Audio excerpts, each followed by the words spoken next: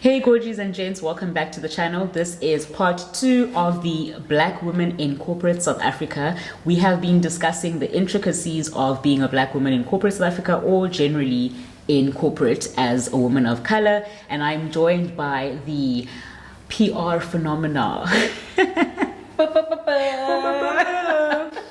I'm joined by Nomsa, who's a communication and reputation management specialist. She's also a blogger, so please do follow her on Instagram. I'm going to leave her details over here. Say hi, Noms. Hello, everybody. Gorgies and Gents. I just love that term. Yeah, it's nice. I feel like it embodies it's nice me. saying it's it. So sweet. Yeah, it's Gorgies like Gorgies and Gents. So this is the part 2 of the video. We shot the first part not too long ago, but it was running for too long, so I didn't want the videos to be super long. So if you do want to watch the first part, it would be very important for you to watch it before you watch this one. But yeah, I don't want to talk too much because I tend to babble. Please don't forget to like, comment, and most importantly, don't forget to subscribe to the channel for more videos. Let's get straight into it. So we already spoke about a few of the questions, so now we're going to answer just a few more that are left, and then we're going to talk about the rules of success for women of color. The next question is, why is it that Black people don't have voices in corporate spaces? I feel like I shy away from voicing, I feel like we shy away in voicing our ideas. I don't know if it's just the company I work for or the structure of the business, but I feel like we don't speak out on things we feel strongly about as much as white people do. Even in meetings, it will be white voices giving input. Yeah. This is true, and it's a big problem. It's us. It's not even, I think sometimes not even a matter of the environment itself. I think it's you. You feel like you are privileged to be in these rooms. You feel like you are the chosen one for you to be in this place. And in order for you to maintain being in this place, maybe you should not say anything to offend anyone. But in actuality, you not saying anything is just shutting down the voices for everyone else that will come after you. And it also makes them feel as though you probably aren't interested in these topics, or you have nothing to say, you have no input, therefore you should not be brought into other meetings or whatever. You're just the face of the quota. Yeah, I think it's self-doubt as well. Yeah, it's self-doubt. Just doubting your abilities, doubting yourself, like, is what I'm saying good enough? You know, is my idea creative enough? I mean, if your idea gets shot down, at least you try, at least you put it out there, you know. And at least the people can see that you think about things, that you think about what's going on in the company, you try to come up with ideas. I used to have this a lot, like we spoke about it in part 1, and I was just like, I used to like literally shy away from saying anything in meetings. I'm like, oh, they just said everything that I was planning to say. But I'm sure there was more that I could have said had I been even more prepared for that meeting, and had I been someone who wasn't feeling like my voice is not important anyway, so it doesn't matter if I say something or don't say something. But I think it's important to say it, even if you feel like you shouldn't be talking or whatever. Don't doubt yourself. I think also these kind of things, they should be building you up to be the most competent person ever, because you have so many doubts that you're going to be the most prepared person in that room. You know what I mean? So be the most prepared person in that room, literally make 2 days whatever before, because you doubt yourself so much when you're in there about what you're saying. Prepare for that meeting. Go into that meeting prepared with points of what you want to say. Lead the conversation in the direction you want it to go. Like, look for something that you can take ownership of and contribute something. Because the thing is, I think for me, like for instance, if I go in and I'm just going to be chiming ideas, it's going to make me doubt myself even more.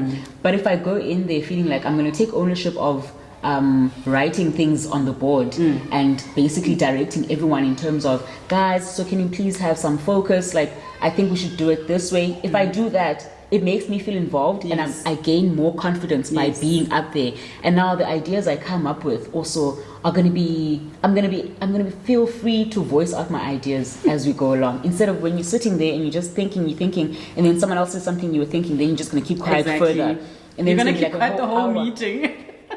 Because people are always going to say what you're thinking. I get that a lot. Like, but I wanted to say that. Yeah. I also wanted to say that. I actually wrote this down. I wanted to say that, you know. But I love when you say you get up and write on the board, guys. Like when I feel like I'm probably not prepped enough, I don't know enough about what's going on in that meeting. I'm the one who's writing on the board. You offer. You're like, guys, can I? Okay, I'll write on the board. Let me do this. Exactly. Offer to do something, because then you know, you kind of, now everyone will come to you to say, remember when Noms said something about whatever? Do you remember what she was saying? Can I please have the notes or whatever? Now you become the person of, oh, she will know what happened in that meeting. You know what I mean? And the more you do that, the more you're building your confidence, and the more you're building like relationships with your people as well. And you're positioning yourself as the person to go to for certain things. Yeah. So I think to recap the answer, it is us. We don't put ourselves out there. We don't raise our hands. We don't raise our voices enough. Yeah. Therefore, no one is going to do it for you. You know, you've got people that are nice enough to say, "Oh, no, such have something to add," and I'll be like, "No, that's all, thanks." But then some do you people think they're going to ask you again? No, after you say that they're not going to ask you again. You know, and it's not everyone that's always going to ask you. They're seeing you sitting there quietly. They're going to ask you if you have something to say. Not everyone is going to do it. So you need to just put your hand up and say something. Yes, agreed. Take notes, guys. Take notes, literally. No, seriously. Be the one standing up to take notes. The next question is, what are the experiences you have come across which put you in a position to conclude that you are treated the way you are because you are a black female? Now that one... Because most of the times it's assumptions, right? Yes, most of the time you're assuming that it's because you're black. So how I knew for sure that it was... or not just I'm female, but because of my color. I worked for an agency, and I mean, it was like female owned and led, you know, and then I knew it was about color. I was getting promoted, right? Me and a certain lady who was white, we were getting promoted to the same position. And I somehow managed to find out how much she was going to get, you know, and I asked, if we're going to be promoted to the same position, my salary needs to then be on the same level of hers. I mean, I've got more experience than her. I mean, I work harder than her, I know. I've got tougher clients than her, I know, you know. But I was questioning, but why am I not getting paid the same as her? Same way. Actually, because she's white, you know. And I think for me, I mean, like I said, it's always based on assumptions, and there's just certain things that you will know. And I was like, I think it's because I'm black. Why am I not being given the same economic opportunity as this woman? You know, why I'm earning like 4K less than her? Why? You know? Do you also find that the clients that you're given are either the more difficult clients because they want you to struggle with those clients and see you not coping so that they can be like, you're not competent to bring in someone else? Or do you feel like you get clients sometimes where it's like just because the clients are African, or just because the client base, the customers now of the client are maybe mass African, that they bring you in just so you can have that...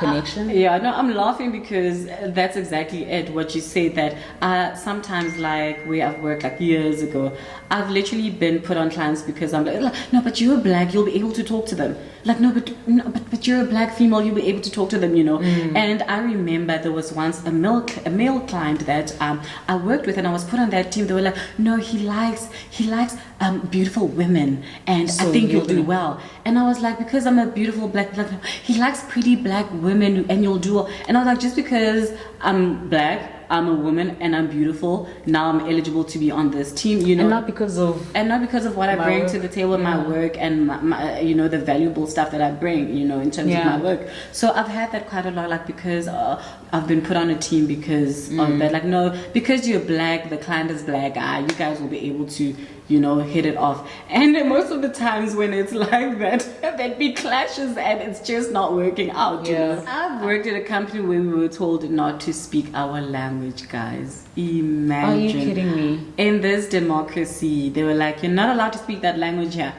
First of all, you just said that language here. You know, they were like, no, we must speak English. And I was like, absolutely not. We're adults. Absolutely first not. of all, we're adults. What do you think we're saying in our language, you know? So it's just things like that, where you know this is pure racial profiling, honestly. Yeah.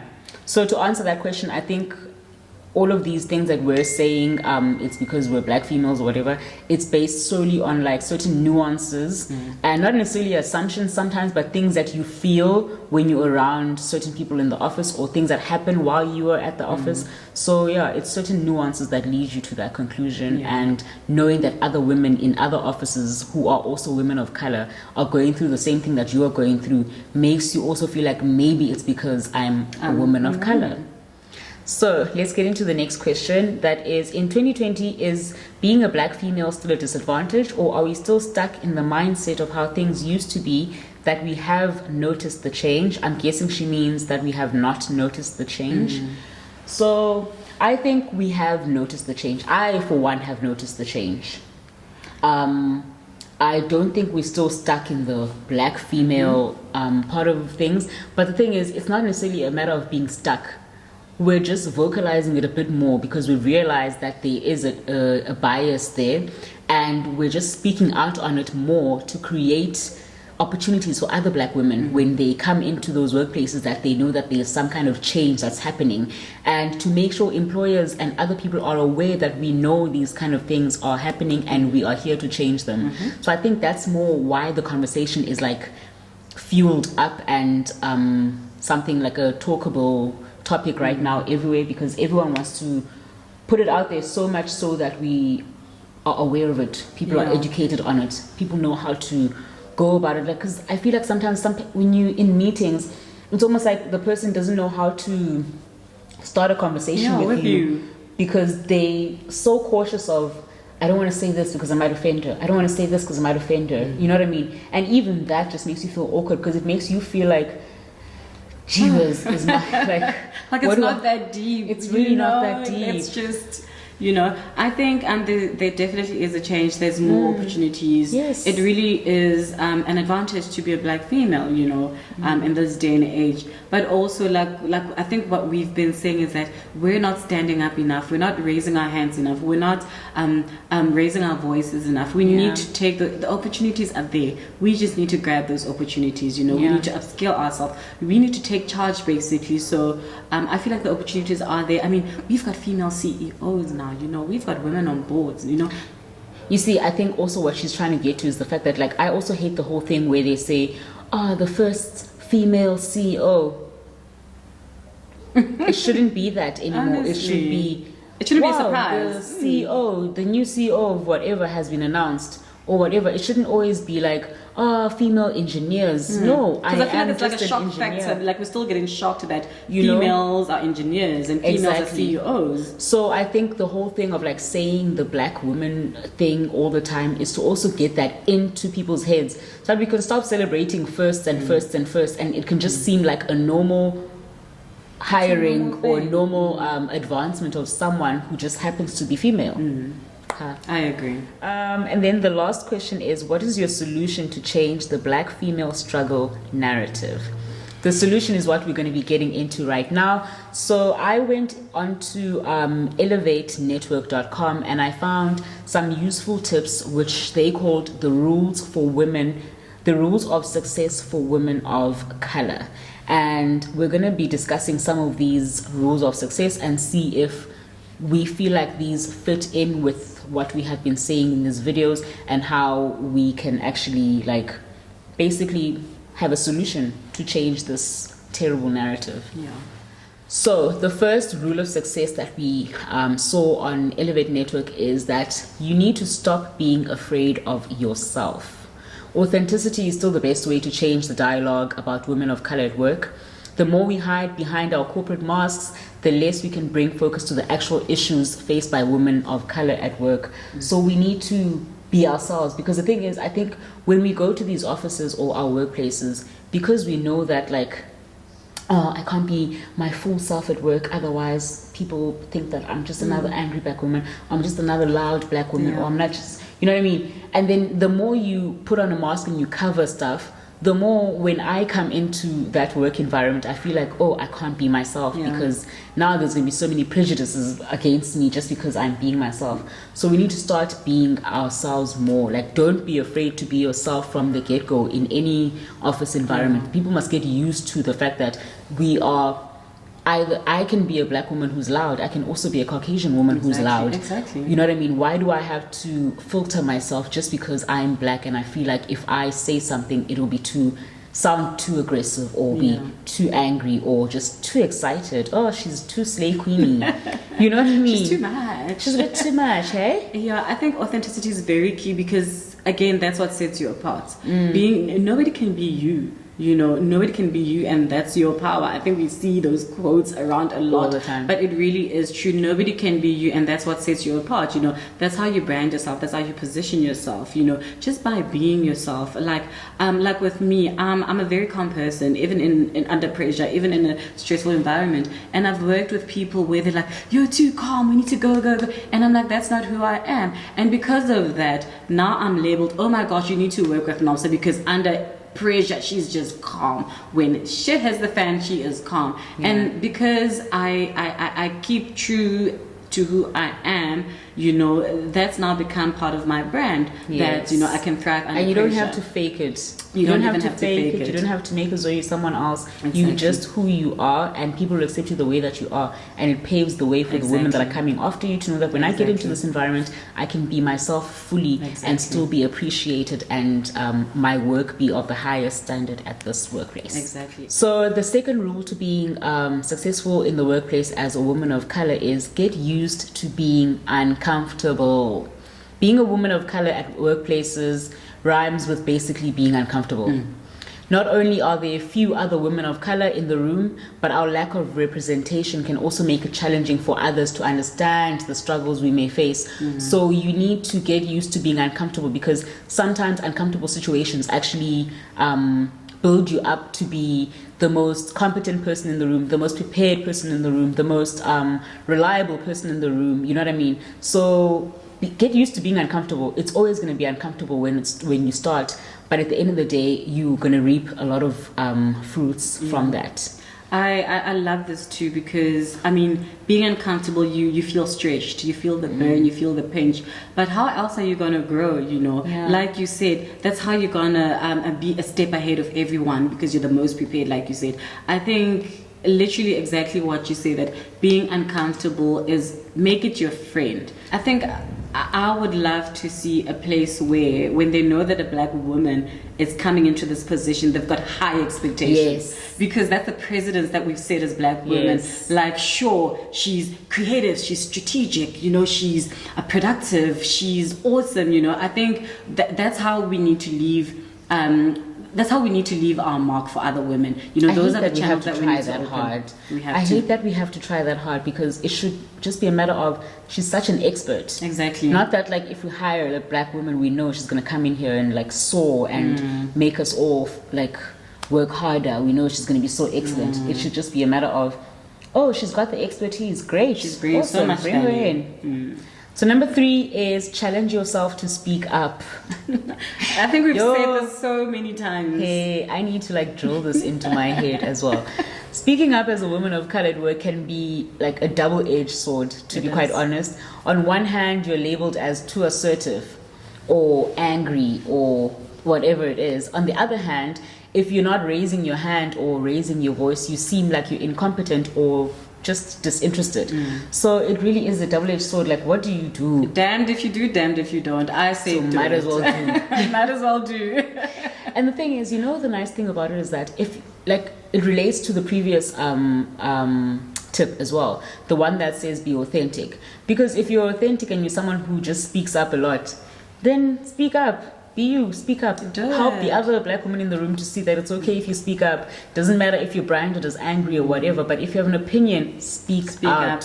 I think for me, around speaking up, the fear had always been, oh, what if I say the wrong thing? What if I've missed the mark with what I'm saying? But I just told myself, say it anyway. Someone will correct you if you're saying the wrong thing. You will learn. Like literally, at the most you'll learn something. You will learn something. I've challenged myself that I'm gonna do it. If it's a mistake, I can only learn from it. What's the worst that can happen? Honestly, I can only learn from it, and that's how we learn. That's how, you know, we step it up. That's how you get to the next level, by learning from your mistake. If it's a mistake that you're afraid of making or afraid of saying the wrong thing, just say it anyway. It'll be corrected. You will know better next time. So it's all growth.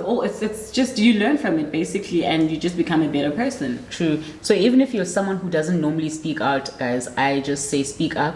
If you have to prepare the day before, do that, and just say one or two things. Add something to the conversation, like bring value to the conversations that you get into at the office. And like I said, if you just don't want to speak at all and you don't have your own little ideas, stand up and be the one writing on the board and be directing everyone like, okay, Nomsa, what do you want to say? People will start thinking that you actually said something in the whole meeting, but you didn't. You're just repeating other people's tips, ideas, or whatever you guys were brainstorming. So do that, but be active. Just be active, be present, and show that you are interested in what is happening in the company. Number 4 on the list is mentor another woman of color. So this is very important, obviously, because I think us as women of color, we don't always have mentors. Like, I think mostly it's less likely for a woman of color to have a mentor. We need to get mentors. We need to teach each other. If you are someone who's in a position to mentor someone, mentor these young girls. Show them what they are capable of. Show them what tools they need to have in order to get into these corporate environments and environments that they can make a difference in. I think even for this, like having videos like this and sharing information, that is a sort of mentorship in a sense, because there's someone listening that is going to learn something from this and they're going to take it and action it in their own life. You know what I mean? It's so important to have mentors. Like most people in other cultures, other races, literally grow up with a mentor already. Some people grow up with their dads being their mentors because their dads are in business, but we don't have that luxury. So we need to go out and look. Like I remember there was a lady, the head of or CEO of Facebook, she was hosting something where she was talking about mentorship, and I was just like, literally reach out to these women. I don't mind, I even inboxed her, I DM'd her on Instagram. I was like, I'd love for you to mentor me, but I was in Dubai at that time, so it was going to be hard because she was looking for someone to mentor one-on-one. And I was like, I would have loved this. And even now I can still do it. So go and DM them if you have to, sister. DM them, send them emails, whatever you need to do, but find yourself a mentor, find yourself someone that you look up to, and ask them if they're able to mentor you, because that is going to help you like so much in the future. That is also part of making the connections and the network that you need in life and in your career in order to be able to advance. I totally agree with you. You've literally said everything. Are you going to do the whole thing where we get to meetings like, I was going to say what she said. What she said. But literally what she said. Number 5 is don't just sit at the table. Move to the front of the room. Front and center. I want to add front and center. There are many women of color who are sitting at the table right now, and many at the back. Exactly, many of whom are even leading the conversations. Yet there's still so many of us who don't even have a table in the room, who not even sitting in the front, or who are just sitting in a dark corner, not to be seen. So make sure that when you get into the room, you don't just sit in the room and be happy that you made it to the room. Get to the front of the room and change the conversation, change the narrative, change it for those that are coming after you, change it for those that are in the room with you. Change it, sis, change it. And be known. For me, it's always about being known, you know. We're not saying papa or papi or anything, no, not papi. But I think be known. Introduce yourself to someone of prominence, you know. Walk up and introduce yourself. And I think that's something that I learned from working in an advertising agency, because I was in the PR department and there was just so many people, you know. But I know my manager then was like, walk the floors, go up and down, get to know people. I'm always walking the floor. Exactly, walk the floors, you know. And I started doing that to be known, you know. And I think when someone knows you, you'll be top of mind. We're like, I need a person, Nomsa, you know. You know, when there's an integrated campaign, it's like, we need a PR person, or we need PR expertise, Nomsa, you know. So introduce yourself to people, connect with people, even if it's just one person of prominence, you know. Introduce yourself to even people that aren't in your company. So for me, like, I don't know how much of you guys have seen my tips for advancing in your career, for LinkedIn and all that stuff. I'm a LinkedIn fiend. I'm a LinkedIn fiend. I go and I introduce myself to people on LinkedIn. I add them, even if it's someone I don't know from a bar of soap, but they work at a company that I love and want to work at one day. I add that person as a connection, and I'll go engage with their stuff. If they're posting something, I'm like, congratulations, so great, whatever. You know what I mean? So introduce yourself to people who are going to play a role, not even maybe play a role, but people who are in your industry, people who you admire, people whom like you look up to, and you know that you want to fill that position one day. Have a growth plan. I think having a growth plan also helps with this. Yes. Because if you want to be in the room and still be at the front, it means that you have a growth plan for your life. Yes. Because I'm going to go to the front, because I know that in the front it's mostly going to be the experts who are going to be speaking at this conference that I'm in. Therefore, I'm going to sit there next to you and be like, oh, you're a speaker here. Oh, Yeah, great, so nice to meet you. Blah. You know what I mean? Always make sure that you have a plan. Don't sit at the back. Sit at the front, but when you sit at the front, occupy it well. Exactly. And like I said earlier, like in a room where I know someone is going to be presenting or talking a lot, I sit next to them, you know. Go sit next to them, because then you're just going to be chatting there to them. Exactly. And you're going to learn much more than when you're sitting at the back and distracted and starting to fall asleep thinking about the food and the coffee behind you. I know when you go to those things, you're just like, I just want some food and coffee to eat. But yeah, guys, that is the last tip from our tips to success. So basically, in this series that we just did, we answered your questions on how to navigate life as a Black woman or woman of color in corporate. We gave you our experiences, and we also now just gave you 5 things that you can try as solutions to try to get yourself to open up more and maybe navigate these intricacies of being a woman of color in corporate. I hope you have enjoyed this series. I hope you have loved it. I hope you have learned something and taken something from it that you can go back and, you know, apply in your own lives. Let me know what you think in the comment section down below. Please don't forget to follow Nomsa. Don't forget to subscribe to her channel. Thank you so much for coming, Yazi. I'm so appreciative that you came to join me today. Thank you, Khanyi. I think, like I said when you approached me, that this is a topic that is close to my heart, and I just love personal development, or whether it's career, whether it's just personal life in general. So I loved this conversation. I'm glad you did, and So it was so happy. lovely to meet you. Yay. She's gonna be coming back soon, hopefully often. Very Also, soon. No, you're gonna be coming on to my channel. oh yeah, I love being a guest. I must just get my shit together. You need to subscribe to her channel so she can finally take it seriously. Okay. If I have at least Yes. 50 subscribers, I'll release a video. Okay. So go there, guys. Ambitious Don't much? disappoint me, please, Gorgies. Don't disappoint me. But yeah, I love you guys so, so much. Please don't forget to like, comment, and subscribe. And I'll see you in my next video.